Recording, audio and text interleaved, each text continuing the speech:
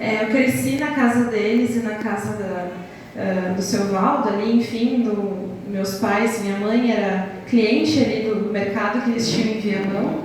A Ritiele, que vocês conhecem, né, minha melhor amiga de infância e também agora da vida adulta, né, foi minha madrinha no casamento. E eles nos deram a grande alegria que é o Mateu e o Pietro, né, que vocês também já devem ter conhecido, né, aqueles bebês tão lindos. E hoje eu queria conversar com você sobre a graça de Cristo, que foi a música que nós cantamos agora há pouco, né, juntos, e também entendemos que a nossa maior alegria é estarmos um dia no céu. Te convido a abrir a sua Bíblia, lá no livro de 2 Samuel, no capítulo 9, e nós vamos ler ali do versículo 1 ao versículo 13. 2 Samuel, ali no Antigo Testamento, e nós vamos ler ali do versículo 1 ao versículo 13. Enquanto você vai achando, eu não terminei minha apresentação, né? Atualmente, eu e meu marido, nós moramos ali na cidade de Cedreira, e eu sou professora no Colégio Divinista de Osório. Então, esse ano eu leciono ali para o ensino médio as disciplinas de Geografia e Aprofundamento em Ciências Humanas, né? Que é o novo itinerário formativo do novíssimo ensino médio, né? Eles mudam todo ano essas conjecturas, né? E é uma grande alegria, né, estar ali. As aulas começaram, foi na semana passada, não sei se temos algum aluno aqui do Colégio Divinista de Osório. Temos? Olha, a pequenininha estuda lá? O Thomas. O Thomas do som. Que legal, Thomas. Não serei sua professora ainda, mas quando chegar no ensino médio, aí sim. Muito bem, vamos orar então. Feche seus olhos e vamos orar. Querido Deus, mais uma vez te somos gratos por estarmos aqui nessa manhã, que nesse momento, Senhor, Tu esteja me usando. Aqui é pecadora, falando a pecadores, que não seja eu que fale, mas que o Senhor possa falar através de mim. Que nesse momento, Pai, que Teus santos anjos façam presente, Teu Santo Espírito, que se possível saiamos aqui nessa manhã diferente de como entramos. É isso tudo que nós lhe pedimos e agradecemos. Em Teu santo nome. Amém. Muito bem, 2 Samuel 9, a partir do versículo 1. Vamos ver o que diz ali. Um dia Davi perguntou: será que resta alguém ainda da casa de Saul para que eu use de bondade para com ele por causa de Jonatas? E no versículo 2 fala assim: havia um servo na casa de Saul cujo nome era Ziba. Chamaram-no pedindo que viesse falar com Davi. E o rei perguntou: você é Ziba? E ele respondeu: sou eu mesmo, seu servo. E então Davi perguntou: existe mais alguém da família de Saul para que eu use de bondade de Deus para com ele? E Ziba respondeu: ainda existe um filho de Jonatas, aleijado de ambos os pés. Então o rei perguntou: e onde está ele? Ziba respondeu: ele está na casa de Maquir, filho de Amiel, em Lodebar. E então o rei Davi mandou trazê-lo de Lodebar, da casa de Maquir, filho de Amiel. E o versículo 6 diz assim: quando Mefibosete, filho de Jonatas, filho de Saul, chegou diante de Davi e inclinou-se, prostrando-se com o rosto em terra, e Davi disse: Mefibosete, ele respondeu: aqui estou, às suas ordens. Então Davi disse: não tenha medo, porque serei bondoso com você por causa de Jonatas, seu pai. Vou restituir a você todas as terras de Saul, seu pai, e você sentará sempre à minha mesa para comer. Até aqui então está bom. Quem já leu em algum momento esse trecho, esse relato bíblico? Ou já viu uma história a respeito disso? Alguém? Eu acho interessante sobre esse relato bíblico o contexto que vem antes disso, né? E se nós formos ali em 1 Samuel 20, a gente consegue entender o que acontece antes então desse momento, né? Davi estava com o seu treino, o seu reino ali, já havia um treino a respeito do seu reinado, né? O reino estabelecido, era alguém que tinha já bastante experiência, fazia mais ou menos ali uns 20 anos, e de repente ele lembra de uma promessa que ele fez para o melhor amigo dele. Quem era esse amigo? Jonatas. Você sabe o relato bíblico, né? E lá no passado, você sabe que o pai do melhor amigo de Davi, que era quem? O Saul, ele queria matar Davi, né? Ele sabia as escolhas que ele havia feito, né? Não estavam levando ele para um lugar onde Deus esperava que ele fosse. E no fundo, Jonatas, o filho, sabia disso, né? Ele também sabia que o seu pai queria matar Davi. E aí em 1 Samuel 20, se você quiser anotar na sua Bíblia, nós não vamos ler agora, o relato bíblico conta que os dois melhores amigos tiveram uma conversa, e Jonatas conta que o seu pai ia fazer uma festa que ia durar mais ou menos uns 3 dias, e não era para Davi aparecer por lá, porque se ele aparecesse, se ele ousasse aparecer, o seu pai iria então matar ele, né? E aí eles fizeram um combinado lá, em relação a algumas flechas. Se Davi pudesse sair, ele estava escondido numa caverna, Jonatas ia lá e atirar algumas flechas e tudo mais. E o tempo passou, e você sabe que, segundo o relato bíblico, né, essa festa de 3 dias ela terminou, e após esse período, o tempo foi passando, e acabou que Jonatas, ele faleceu junto com seu pai e seus irmãos, né? Você conhece esse relato bíblico? E é interessante que naquele dia foi a última vez que Davi ele viu seu melhor amigo. E eu imagino que eles se abraçaram, a Bíblia diz que eles choraram, né? E naquele dia Davi ele faz uma promessa para o seu melhor amigo. Ele diz assim, se eu nunca mais ver você aqui, né? Enfim, ali o relato bíblico comenta que Davi diz assim, se você tiver um filho, eu vou cuidar do seu filho como se ele fosse o meu filho. Nós somos melhores amigos, né? E foi isso que aconteceu. Passam-se 20 anos e aí é o relato bíblico que nós lemos agora, né? Davi está lá bem tranquilo no reino dele, e aí então ele pergunta para um servo se tem alguém da casa de Saul, né, de Jonatas, para que ele use de bondade, né? A Bíblia fala sobre isso. E aí então tem um servo chamado Ziba que ele diz que sim, e tem alguém. E tem o quê? Um filho do seu melhor amigo, um filho de Jonatas. Eu fico imaginando que grande maravilha, né? Alegria que Davi estava assistindo naquele momento. Só que, segundo o relato, ali conta que foi dito que tinha um filho, né? Mas o servo que fala daquele filho, ele diz que era um filho deficiente. Não é isso que fala ali? Que ele era manco de ambos os pés. E eu acho interessante sobre esse relato bíblico, como Deus ele é maravilhoso, ele nos passa através da sua mensagem, como que nós conseguimos entender pelo menos sobre a história da redenção através desse relato. Eu quero te convidar essa manhã que você analise aqui Davi como se fosse o próprio Deus. Ziba, que é aquele servo que eu falei para você, é como se fosse Satanás, ok? E Mefibosete, que é o filho de Jonatas, né? Como se fosse eu e você. Pode ser? A gente vai entendendo um pouquinho melhor e a gente vai analisando essa questão, ok?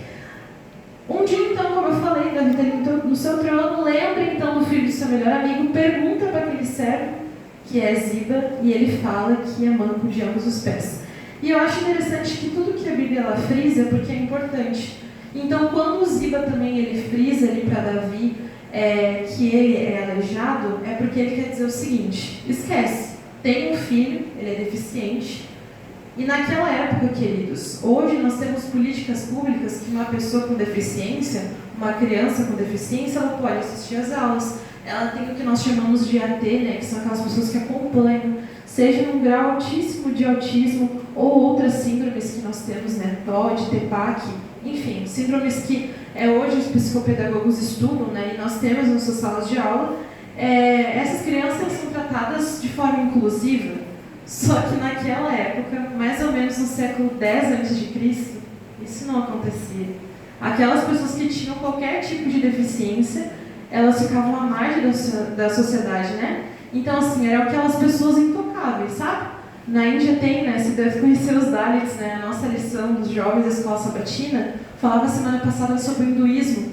E aí a gente estava vendo ali sobre isso e tem, né? Aquelas pessoas que não são intocáveis. E os deficientes naquele período, eles não tinham alguém por eles, né? Não tinham essas políticas públicas e eles ficavam ali de fora.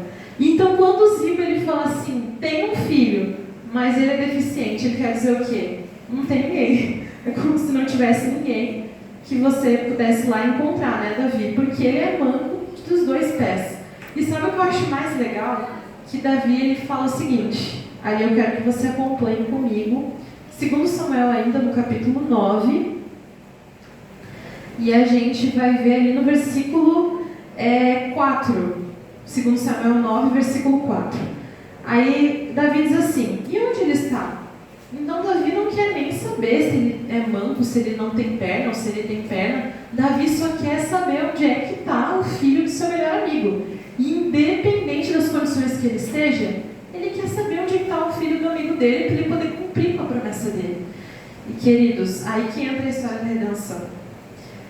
Você percebe que Ziba, ele era um servo lá da época de Saul. Então ele era um empregado muito antigo. Quem aqui está mais de 10 anos na mesma empresa?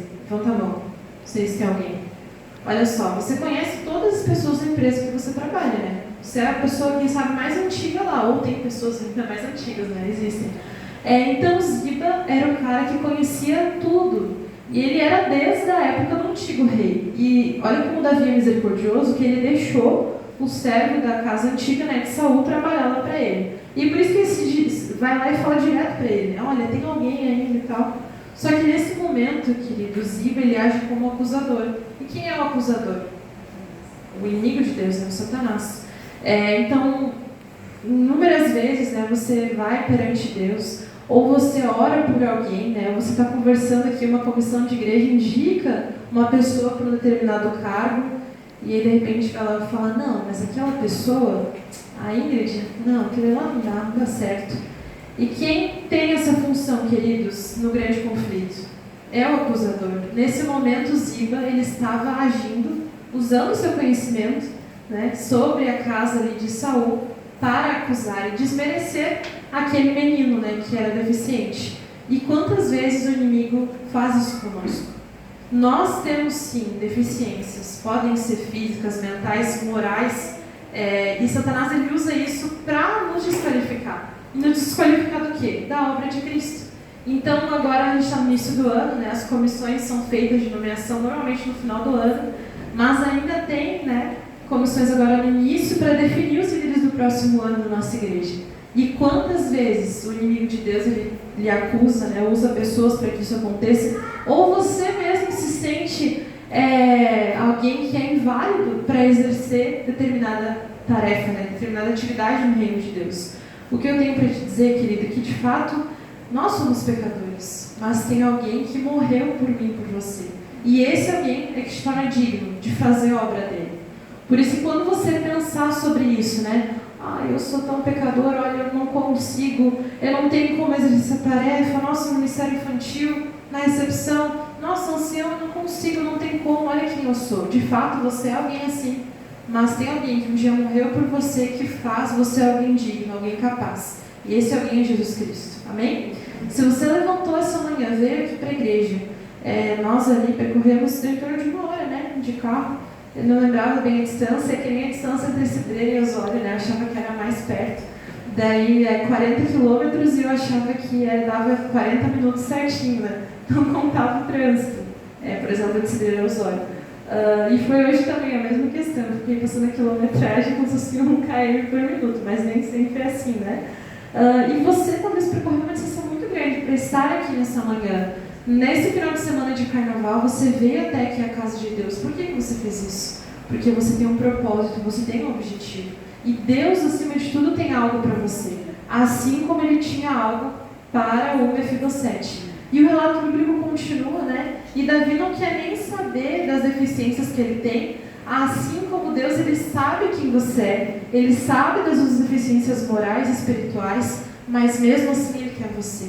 E Ele te ama. E Ele quer usar você, olha que legal. Ele entende como você é, Ele sabe os seus defeitos, as suas deficiências, mas mesmo assim, Deus Ele quer te usar.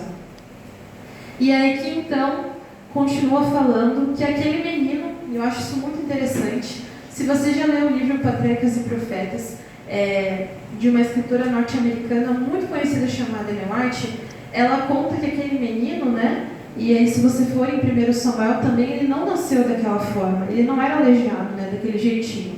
O que acontece é que quando ele tinha mais ou menos 5 anos, ele acaba sendo perseguido, porque o seu avô e o seu pai eles são mortos, né?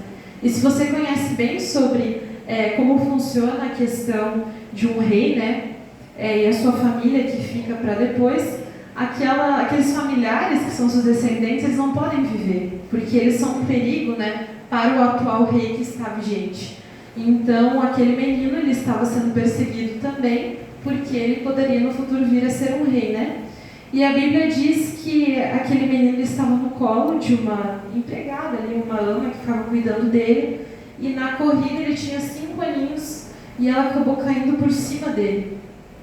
E aí, por isso, naquela época não tinha tratamentos, né? Injeção na perna, colocar no lugar, e ele acabou ficando daquela forma. Ele não nasceu daquele jeito. Foi por conta de todas as circunstâncias ali, né? E isso a Bíblia fala ali pra gente. E eu fico imaginando na cabeça dele, né? 5 anos de idade, o pai, o avô, a família toda é morta. E aí depois você vai ver que ele foi perseguido, ele acaba se tornando ali deficiente. Olha só que história triste. Mas Deus tem algo especial para fazer na vida dele. E é isso que nós estamos vendo nessa manhã, né? E aí, na sequência, né, o relato bíblico fala, no versículo 5, ali em 2 Samuel 9, diz assim: Então o rei Davi mandou trazê-lo de Lodebar, da casa de Maquir, né, filho de Amiel. E eu acho interessante que essa palavra no original, Lodebar, significa lugar sem vida. Então todo mundo que não prestava para a sociedade ficava nesse lugar. Então Ziba, obrigada, querida. Então Ziba, além de falar que esse rapaz, o Mefibosete, era deficiente, ele também era alguém que morava no lugar onde ninguém queria ir. Eu não conheço bem os bairros aqui em Xangri-Lá, mas eu sou natural de Viamão, né? E tinha um bairro em Viamão onde ninguém queria ir, porque além de ser muito perigoso, era um lugar onde não era muito bacana de você ir, né? Então, assim, Lodebar era um lugar onde ninguém queria ir, onde era perigoso, onde só a gente que não prestava estava lá. Então, Ziba, ele novamente, né, falando que não era para o Davi ir lá e buscar esse menino, né? E Davi não quis nem saber, queria que trouxesse esse menino, né? E aí que, novamente, nós lembramos a respeito da história da redenção. Eu não nasci na igreja, né? Conheci a igreja quando eu tinha 12 anos de idade.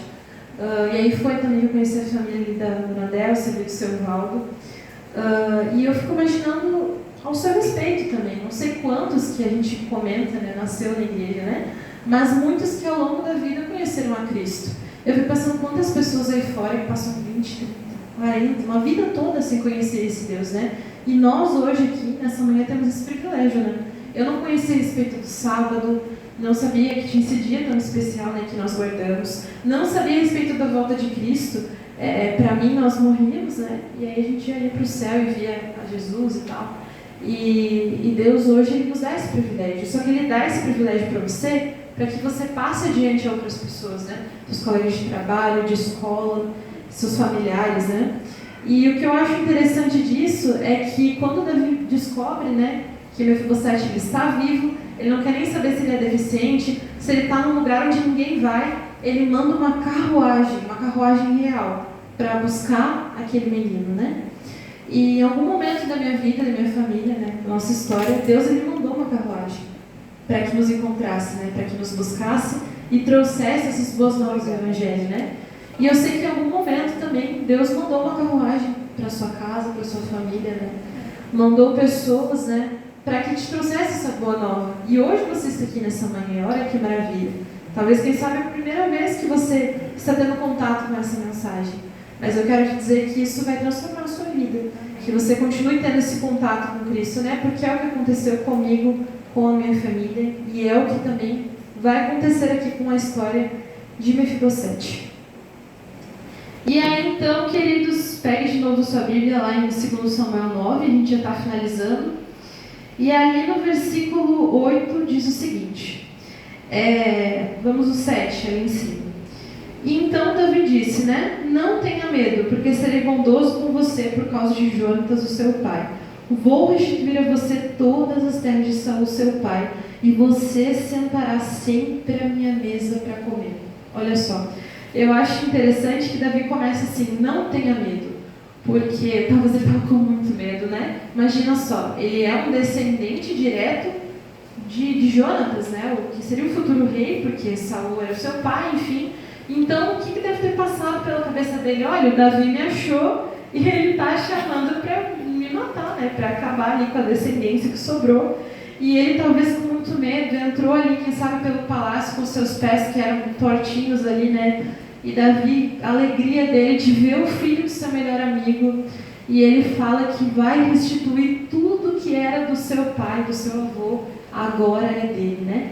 E ali o relato bíblico continua e fala assim: tudo que pertencia, Davi fala a Ziba, né? Servo de Saul, lhe disse: tudo que pertencia a Saul, toda a casa dele, eu dei ao neto de seu senhor. Você, os seus filhos, os seus servos, cultivarão a terra para ele e colherão os frutos, né? E aí fala: porém Mefibosete, neto do seu senhor, se sentará sempre à minha mesa para comer. Aí fala que Ziba tinha 15 filhos e 20 servos. E aí o Ziba fala: não, tudo bem, falei tudo que o Senhor ordenar, né? Olha só, aquele que estava acusando, depois ele teve que fazer o quê? Servir aquele menino que era deficiente, né? Então olha como que Deus faz as coisas. E queridos, isso se aplica muito a mim e a você, por simples questões. O inimigo de Deus, nós sabemos que ele foi vencido quando Cristo morreu na cruz do Calvário. Mas hoje eu e você, diariamente, lutamos com as suas acusações, lutamos com as injustiças sociais que acontecem nos nossos dias, questões de perigo mesmo que passamos na atualidade. Quem já tem os seus filhos, né, sabe os desafios que são. Agora e meu marido começando a nossa vida juntos, e a gente sabe que as coisas estão muito difíceis. Eu olho também para os meus alunos e eu fico pensando, quando que Cristo ele volta de fato, né? Nós temos sim alegria com os nossos familiares, com nossos amigos, mas Cristo ele precisa voltar. Mas para que Cristo ele volte, você hoje precisa aceitar. Eu fico pensando que Mefibosete ele podia dizer assim: olha, eu não aceito isso que você está me oferecendo agora, né? Eu já estou vivendo minha vida lá em Lodebar, eu tive pessoas que me acolheram. A Bíblia diz que inclusive ele já tinha um filho, Mefibosete já tinha um filho. E o que ele fez? O relato bíblico conta que ele aceitou. O que cabia a ele fazer?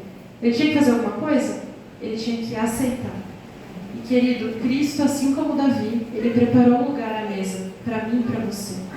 Ele preparou um lugar para receber você, os seus amados, aquelas pessoas, como eu falei, que talvez ainda não conhecem a Cristo, mas ele te colocou no caminho delas para que você fale de Cristo com elas, né?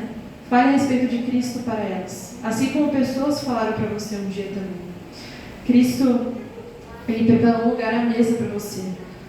Para que você tivesse tudo que você tem direito, que ele separou, né, para mim e para você. Mas para isso você precisa aceitar. E muitos de nós, às vezes, temos medo, né?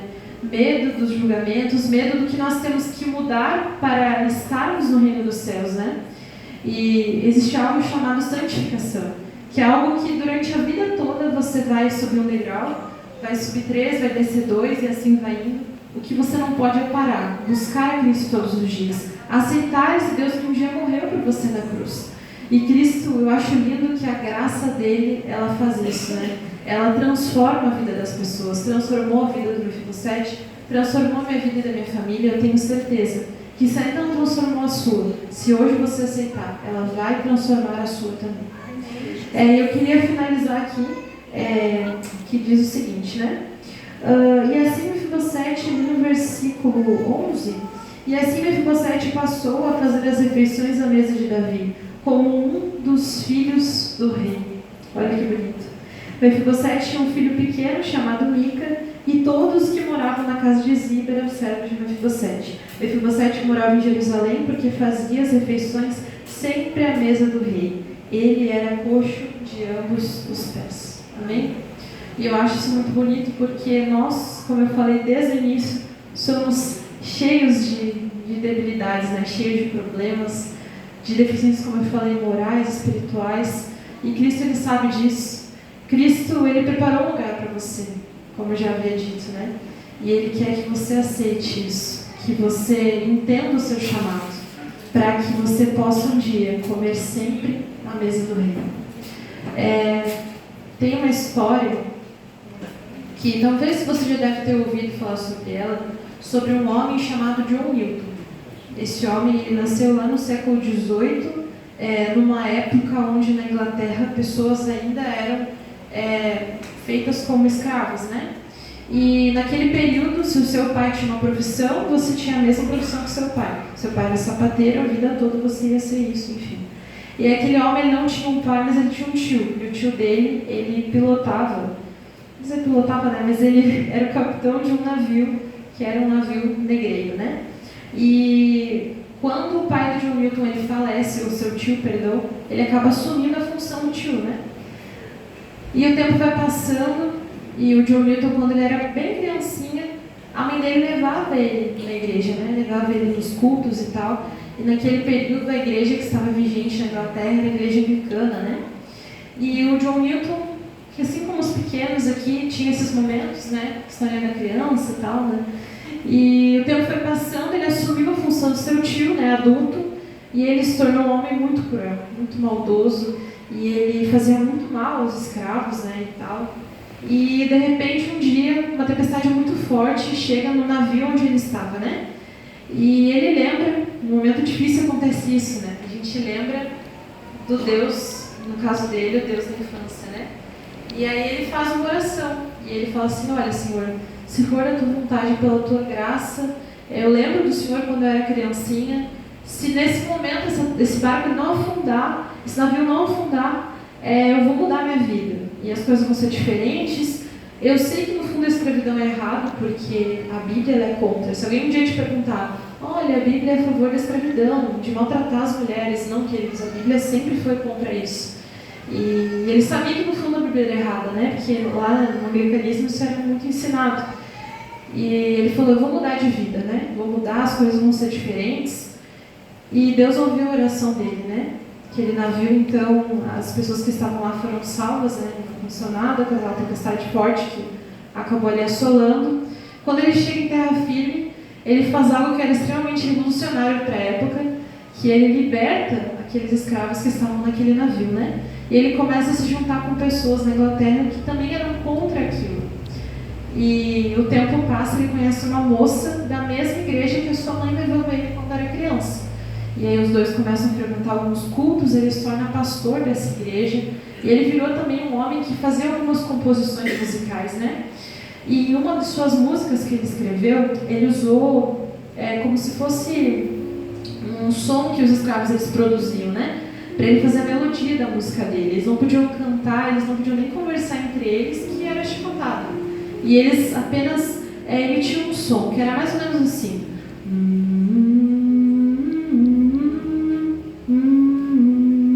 E com essa melodia, John Milton ele escreve uma música que em inglês nós conhecemos como Amazing Grace. E o hino é mais ou menos assim. Estando perdido, né, estando cego, Cristo me fez ver, né, a graça me salvou. E no hino novo do Inário é o 115, né, que nós cantamos antes, que é a Preciosa Graça. Mas nós conhecemos como Maravilhosa Graça, né, em português. E lá em Londres, na Inglaterra, no túmulo de John Milton está escrito assim: antes um libertino, né, um vendedor de escravos, fui salvo pela graça de Jesus, né, que eu aceitei, ele falou assim. E ele disse, eu tive certeza de duas coisas na vida, uma delas é que eu era um tremendo pecador e que Cristo era um tremendo salvador. E talvez você nesse momento esteja sentindo a mesma coisa que John Milton sentia, né? Você se sente nesse momento, assim como o Mefibosete, né? Alguém que é pecador, alguém que é falho, como eu também sou. Mas o que eu tenho para te dizer nesse momento é que a graça de Cristo, ela transforma vidas. Ela tem esse poder que é redentivo, e Cristo ele já morreu na cruz, para que os muitos ídolos que estão por aí acusando você, desmerecendo você, que você não leva em conta o que eles levam, o que eles falam, né? Porque Cristo sabe o valor muito grande que você tem. E hoje cabe a você e a mim aceitarmos esse Deus amoroso, esse Deus bondoso, que assim como transformou a vida de Mefibosete, transformou a vida de John Milton, pode transformar a minha e a sua vida no dia de hoje. Nós vamos ouvir uma música, e nesse momento, se ao longo dessa canção você sentir em seu coração que é o seu momento de voltar para casa, de lembrar desse Deus que você conheceu na sua infância, quem sabe você vem aos cultos, você vai aos sábados, às quartas-feiras, aos domingos, mas lá no fundo você sente saudade desse Deus, que quem sabe no passado você tinha um contato maior com Ele, mas que nesse momento agora você faça esse compromisso que é pessoal e é único com Cristo. Volte-se para Ele. Se esse for o seu desejo, coloque-se em pé e depois juntos nós vamos orar.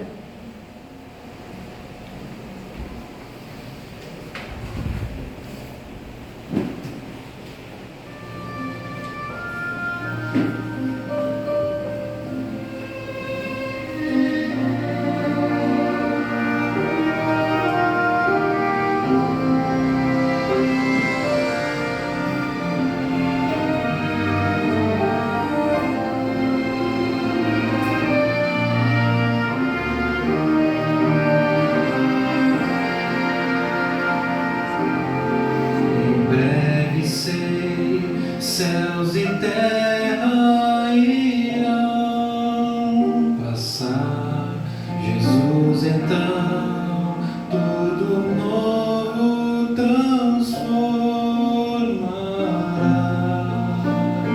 e todo mal que nos aflige aqui não mais existe. Chegamos ao fim,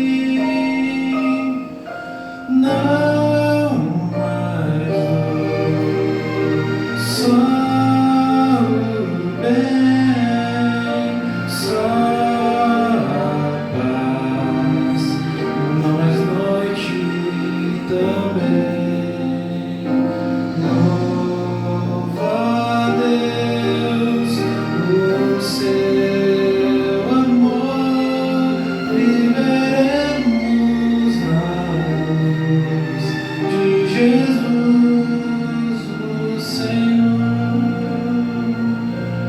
Já posso ouvir os louvores da multidão, já posso ouvir a mais bela e feliz canção.